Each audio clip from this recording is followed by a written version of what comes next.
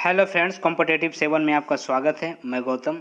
Friends, आज लेके आया हूँ मैकेनिकल का पार्ट 3। आप लोग 1 2 नहीं देखे हैं ऑटोमोबाइल का और मैकेनिकल का, तो जो है आप मेरे प्लेलिस्ट में जाकर देख सकते हैं या फिर मैं डिस्क्रिप्शन में दे दूंगा, वहाँ से आप लोग जाकर देख सकते हैं फ्रेंड्स, मैकेनिकल और ऑटोमोबाइल इंजीनियरिंग का प्रिपरेशन।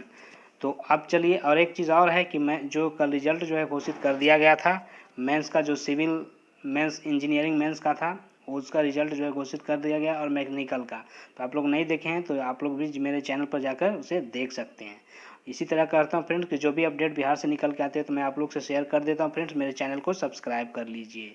तो चलिए फ्रेंड्स, टाइम ना लेते हुए चलते हैं अपने प्रिपरेशन की ओर और चलते हैं अपने प्रश्न की ओर। और ये सारे प्रश्न इंपॉर्टेंट है फ्रेंड्स, जो कि एग्जाम में आनी है, और इसी तरह के प्रश्न अक्सर पूछे जाते हैं फ्रेंड्स। तो आप लोग पूरे वॉच कीजिए फ्रेंड्स वीडियो प्रश्न को। तो चलिए चलते हैं अपने प्रिपरेशन की ओर। क्या करा फ्रेंड्स कि 1 सीवी पर कार्य करने की दर के बराबर होता है, इसे जो है किलोग्राम पर सेकेंड में व्यक्त करते हैं। तो कितना होता है आपको बताना है, तो ये 75 होता है। सॉफ्ट, जिस पर मिश्रित नमन आघूर्ण और मरोड़ लग रहा होगा उसका जो है समतुल्य ऊष्मा, यहाँ पर थोड़ा सा फ्रेंड्स सुधार लीजिएगा। क्या करें फ्रेंड्स कि सॉफ्ट पर जिस मिश्रित नमन आघूर्ण और मरोड़ लग रहा हो तो समतुल्य किसी कांच का ऊष्मा टॉर्क जो है कितना होगा, तो आपको बताना है। तो ये हो जाएगा √m² plus t², √m² plus t²। Next है कि फास्ट ब्रीडिंग रिएक्टर में कौन सा विमंदक जो है प्रयोग किया जाता है। तो आपको समझना पड़ेगा फ्रेंड्स कि फास्ट ब्रीडिंग रिएक्टर क्या है। तो अगर ब्रीडिंग रिएक्टर के बात बोले तो इसे अगर हिंदी में बात करते हैं फ्रेंड्स, तो जो है इसे परजनक रिएक्टर बोलते हैं। क्या बोलते हैं? परजनक रिएक्टर। और परजनक रिएक्टर क्या होता है, जो आपको जानना है सबसे पहले। तो परजनक रिएक्टर होता है फ्रेंड्स जो है एक नाभिकीय रिएक्टर होता है। ओके फ्रेंड्स, और जो है जिसका विखंडन जो है तो होता है, लेकिन जो है उससे दुगना जो है फिर उत्पन्न हो जाता है। तो इसे जो है परजनक रिएक्टर कहते हैं, ब्रीडिंग रिएक्टर कहते हैं, ठीक है। और जो है इसे कंट्रोल करने के लिए एक नाभिकीय छड़ का जो है विमंदक छड़ का प्रयोग किया जाता है। तो इसमें होना चाहिए कि नाभिकीय छड़ का प्रयोग होता है, लेकिन ये जो है इसमें से कोई नहीं होगा। ग्रेफाइट का प्रयोग नहीं होगा, द्रव सोडियम का प्रयोग नहीं होगा, भारी जल का प्रयोग नहीं होगा, यानी कि इसमें होगा नाभिकीय छड़ का प्रयोग। यानी कि जब जो है परमंजक रिएक्टर जो है उत्पन्न हो जाएगा तो जो है एक उत्पन्न होगा और दो, एक विखंडन होगा और दो निर्माण होगा। तो इसमें जो है कंट्रोल करने के लिए नाभिकीय छड़ का प्रयोग होता है। ओके फ्रेंड्स, तो ये बातें आपको याद रखना है। ब्रीडिंग रिएक्टर मतलब परजनक रिएक्टर होता है, यानी कि नाभिकीय रिएक्टर होता है, जो कि एक खत्म होता है और दो उत्पन्न होता है। इसको कंट्रोल करने के लिए नाभिकीय छड़ का प्रयोग होता है। तो ये आपको याद करना पड़ेगा। नेक्स्ट है कंडेंसर क्या होता है, तो ये भी आपको जानना है। तो कंडेंसर क्या होता है, तो कंडेंसर जो होता है फ्रेंड्स एक प्रकार का, ये जो है आपको बताना है कि ये जो है चुंबकीय क्षेत्र को शीघ्रता से हटाने में जो है सहायता करता है, ठीक है। और कंडेंसर क्या होता है, कंडेंसर जो है दो प्लेटों के बीच में, देखिए ये चित्र आप देख रहे होंगे, दो प्लेटों के बीच में एक कुचालक होता है। दो प्लेटों के बीच में कुचालक को भरकर जो है दो तार के सिरा को निकालते हैं, और इस प्रकार बना हुआ यंत्र को जो है क्या कहते हैं, कंडेंसर कहते हैं। और कंडेंसर का उपयोग जो है अन्य चीज़ों में होता है, जैसे पंखा में होता है, बाजा में होता है, और भी इलेक्ट्रिक सामानों में होता है। तो ये आपको समझना है फ्रेंड्स। नेक्स्ट है स्नेहक तेल की संख्या दर्शाती है। तो स्नेहक तेल की संख्या क्या दर्शाता है, तो श्यानता के रेंज को। हमारा क्या आंसर हो जाएगा, श्यानता के रेंज को। अब जो है आपको बताना, स्नेहक तेल मतलब आपको अगर बोले तो लुब्रिकेंट बोले फ्रेंड्स, इसको बोलचाल के भाषा में हम लुब्रिकेंट बोल सकते हैं। तो लुब्रिकेंट मतलब कोई तेल, कोई स्नेहक तेल जो कि घर्षण को कम करता है, उसमें डालते हैं, जैसे ग्रीस वगैरह कोई भी तेल जो कि घिसावट को कम करता है ना, तो लुब्रिकेंट बोलते हैं। अब एग्जाम भी उसे आ सकता है, हमेशा पूछा गया है कि लुब्रिकेंट में जो है बेस ऑयल कितना % होता है। तो आपको याद रखना है कि लुब्रिकेंट ऑयल में जो है 90% जो है बेस ऑयल होता है। मतलब लुब्रिकेंट तेल में किसी भी लुब्रिकेंट में बेस ऑयल जो है, ओरिजिनल तेल जो है वो जो है उसमें जो है 90% की मात्रा होता है किसी भी संयोजक तेल में, तो आपको याद रखना है।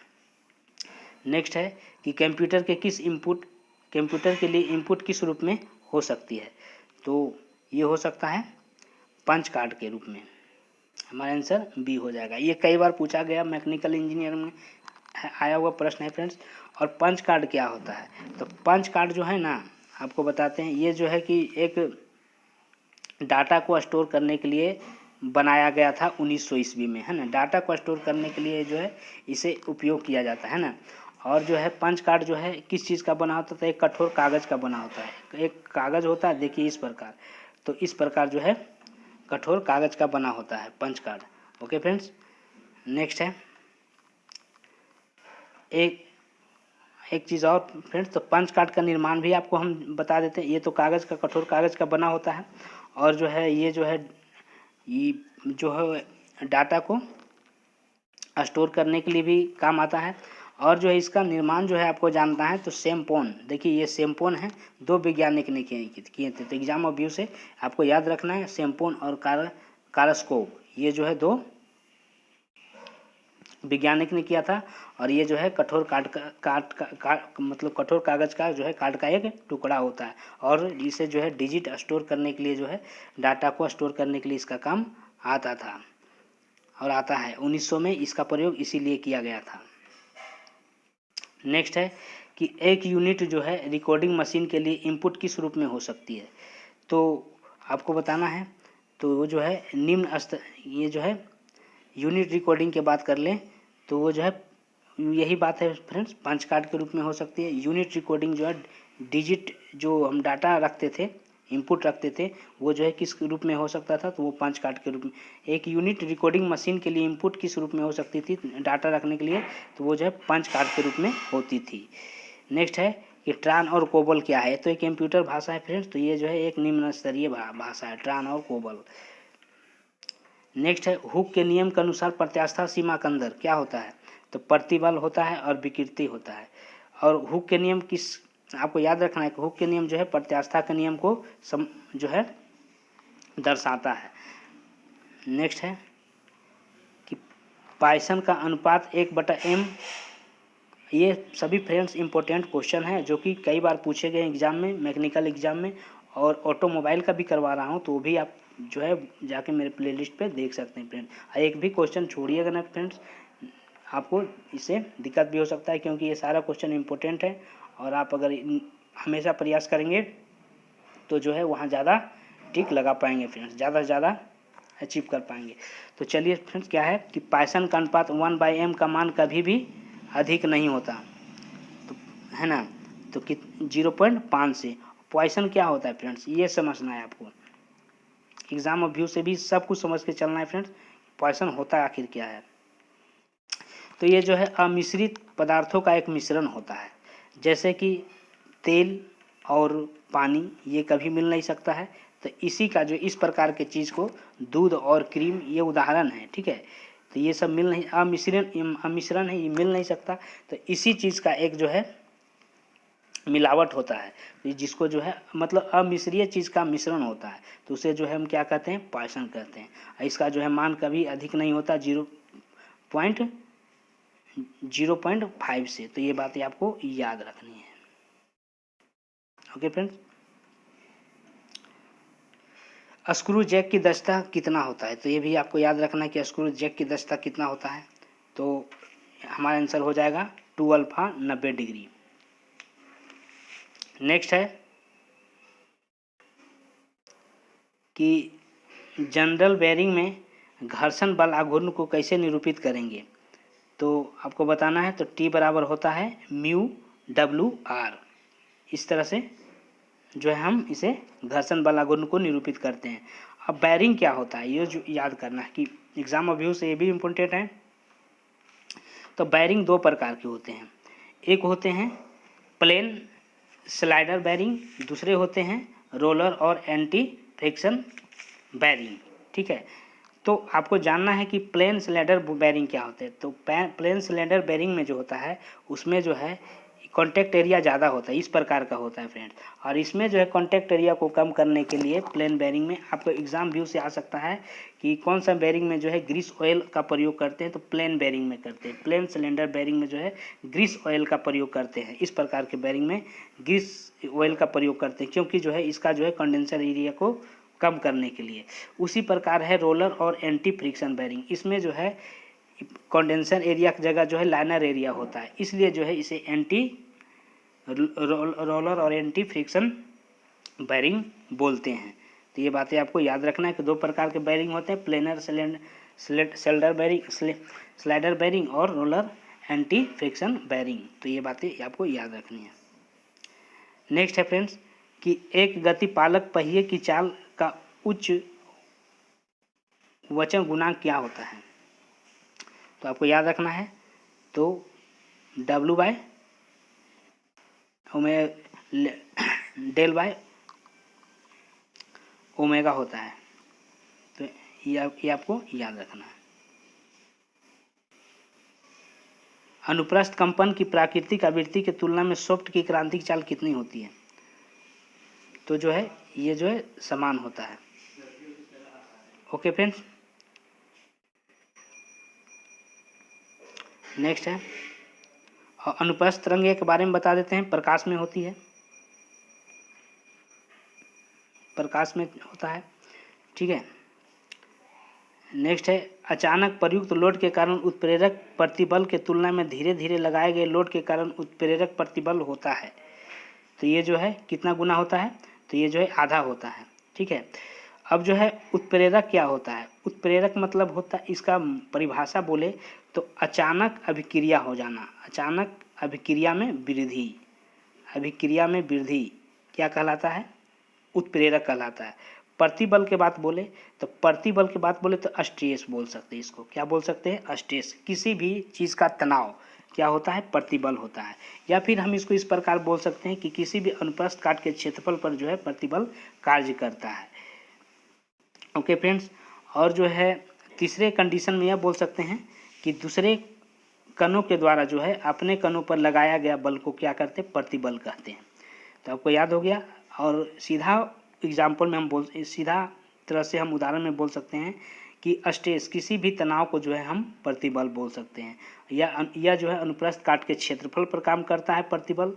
और जो है प्रतिबल का एसआई मात्रक भी आपको हम बता देते हैं कि प्रतिबल का जो है एसआई मात्रक क्या होता है, तो प्रतिबल का यूनिट होता है न्यूटन मीटर पर स्क्वायर, या फिर इसको हम बोल सकते हैं पास्कल भी बोल सकते हैं फ्रेंड्स, पास्कल भी बोल सकते हैं। ओके, और जो है ये इतनी चीज़ आपको याद रखना है। और उत्प्रेरक अचानक अभिक्रिया में वृद्धि आने की, इसको हम बोल सकते हैं सेटालाइस, ठीक है, सेटेलेसिस, इसको केटालाइसिस बोल सकते हैं, केटेलेसिस मतलब उत्प्रेरक। तो ये आपको याद रखना है। और कितना हो जाएगा, आधा हो जाएगा।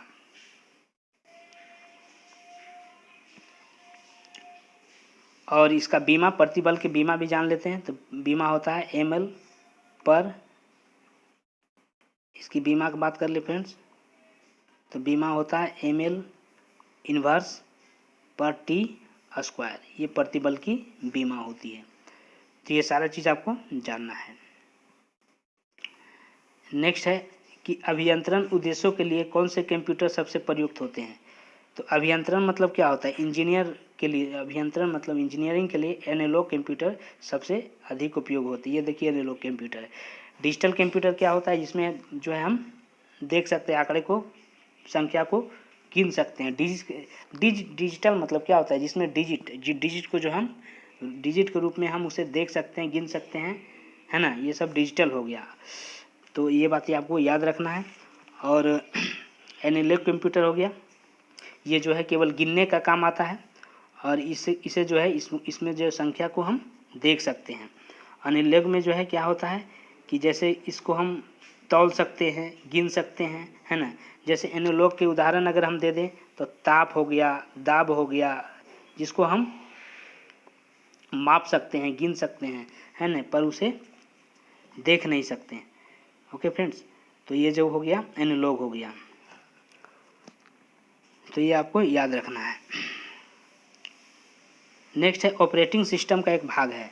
ऑपरेटिंग सिस्टम का एक भाग क्या है? सॉफ्टवेयर से। ऑपरेटिंग सिस्टम क्या होता है? तो हम जो किसी कंप्यूटर पे बैठते हैं तो कंप्यूटर के, अगर कंप्यूटर पर बैठेंगे तो कंप्यूटर के अंदर वाला भाग पे ही ना हम काम करेंगे। तो कंप्यूटर वाला सॉफ्टवेयर के मतलब क्या होता है कि कंप्यूटर के अंदर वाले भाग को हम सॉफ्टवेयर कहते हैं। तो क्या होता है कि यूज़र और कंप्यूटर के बीच में जो इंटरफेस होता है तो उसको हम क्या कहते हैं? ऑपरेटिंग सिस्टम कहते हैं। सॉफ्टवेयर कंप्यूटर के अंदर वाले भाग के हो गए। एक तरह से ऑपरेटिंग सिस्टम सॉफ्टवेयर का भाग है, ये आपको याद रखना है। नेक्स्ट है कि तीसरी पीढ़ी के कंप्यूटर में प्रयोग होता है। तो तीसरी पीढ़ी के कंप्यूटर में तो जो माइक्रो प्रिंटेड परिपथों का प्रयोग होता था। नेक्स्ट है कि तत्व में आइसोटोप। तत्व के आइसोटोप में क्या होता है? तो तत्व के आइसोटोप में न्यूट्रॉन की संख्या जो है समान होती, न्यूट्रॉन की समान संख्या होती है। ये कई बार पूछा गया फ्रेंड्स, बीबीआई है। नेक्स्ट है जब यूरेनियम 235 को एटमाइजेशन होता है तो छोड़े गए दोनों की औसत संख्या क्या होगी? क्या कह रहा फ्रेंड्स कि जब यूरेनियम 235 का एटोमाइजेशन होता है तो छोड़े गए न्यूट्रॉनों की संख्या जो है हमें बताना है। तो हमारा आंसर हो जाएगा 25। और यूरेनियम को कंट्रोल करते हैं नाभिकीय छड़ से, तो ये आपको याद रखना है। तो ये जो है 20 क्वेश्चन हम हमेशा दे रहे हैं फ्रेंड्स, ऑटोमोबाइल से हो और मैकेनिकल इंजीनियर से हो, और कई बार पूछा गया प्रश्न है। तो ये जो है आप पूरे वॉच करेंगे फ्रेंड्स, हमें आशा है। और अगर नहीं देखे 1-2 ऑटोमोबाइल और मैकेनिकल का, 1 2 3 1 2 नहीं देखे हैं ऑटोमोबाइल और मैकेनिकल का, तो आप मेरे प्ले लिस्ट में जाकर देख सकते हैं, और हम यहाँ भी डिस्क्रिप्शन में दे देंगे। तो फिर मिलेंगे नेक्स्ट वीडियो में फ्रेंड्स, तब तक के लिए जय हिंद जय